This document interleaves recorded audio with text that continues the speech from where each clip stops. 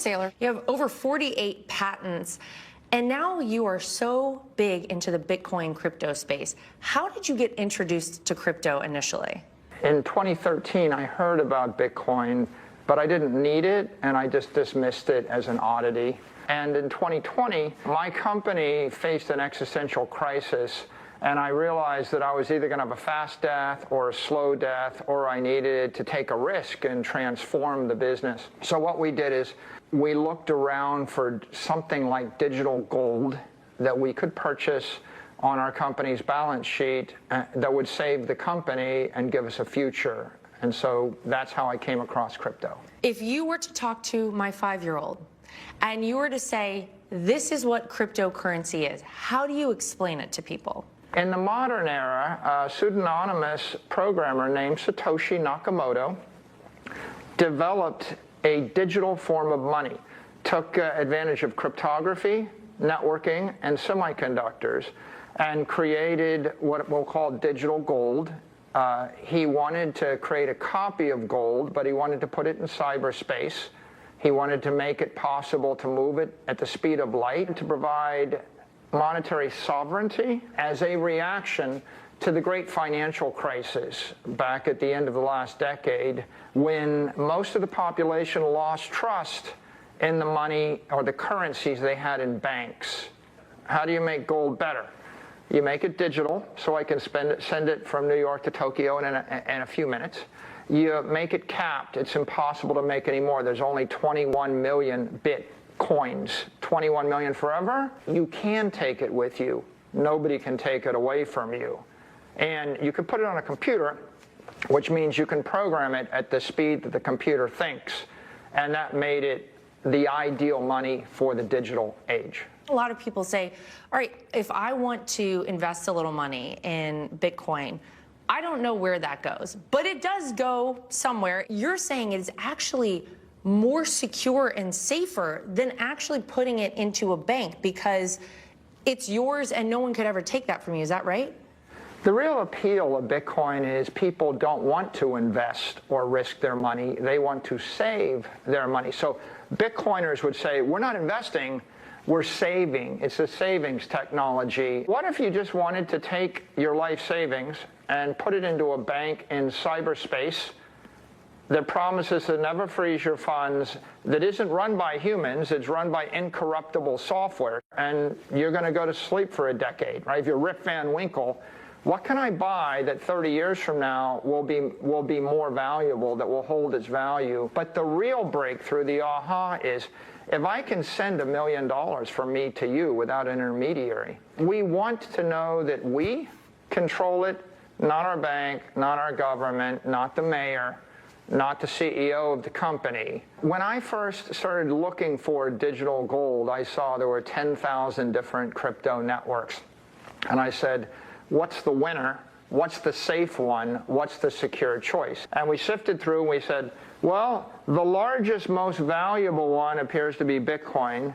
Has it been copied? Can it be copied? Well, it had been copied 10,000 times and they had all failed. Bitcoin, it was the winner. It attracted all the smart capital. Satoshi launched Bitcoin, disappeared from history forever, disclaimed any beneficial ownership and said, I don't control it, I don't own it. It is my gift. It is sovereign money. Bitcoin is the safest bank. Do you ever see Bitcoin or cryptocurrency replacing gold? You talk about it as digital gold, but as sort of the store for value in the future. Is that where you see this going? Gold has been a small asset in portfolio of pessimistic, skeptical investors as a capital asset over the last 100 years. But it's diminished in its impact. History shows that the digital version of everything is always much more powerful and much more valuable than the analog version of everything. Digital gold is going to be certainly 10 times better than physical gold because it doesn't just represent an asset that you can store in your cellar, right?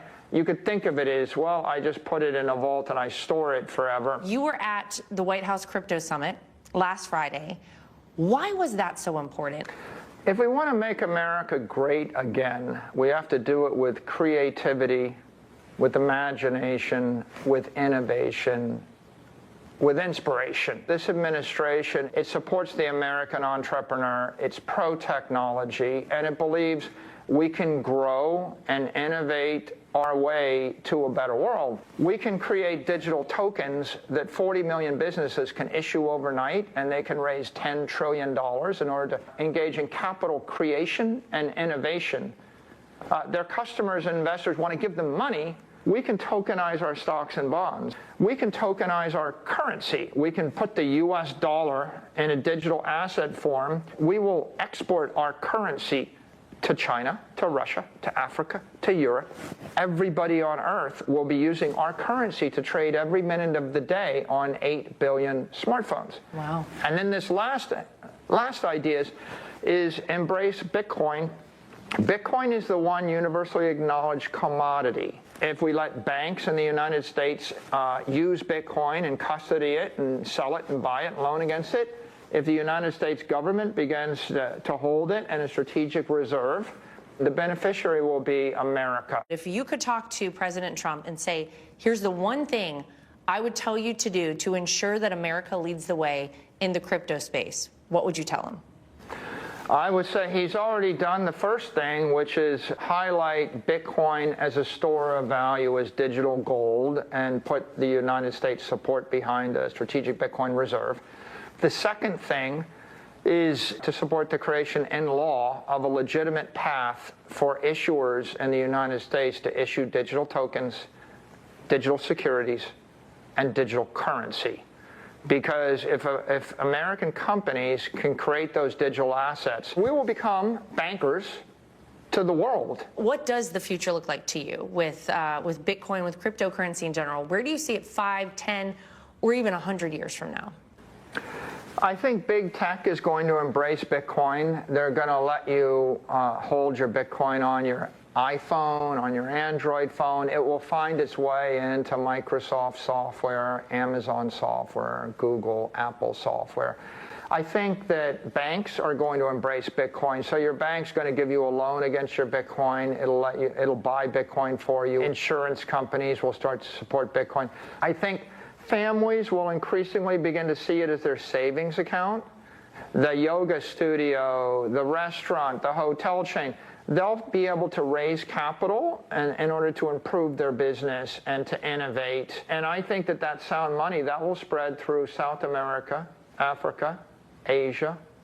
It'll tread to China. So I think the future is American values, American technology, not just making America great, but also spreading economic prosperity to the entire world. Well, Michael Saylor, I want to say thank you. Thanks for breaking it down for us, making it more palatable, I think, to the average person to understand and feel comfortable with, because it really does feel like this is the future, this is where we're headed, and thanks for joining us for a little bit. Thank you for the opportunity.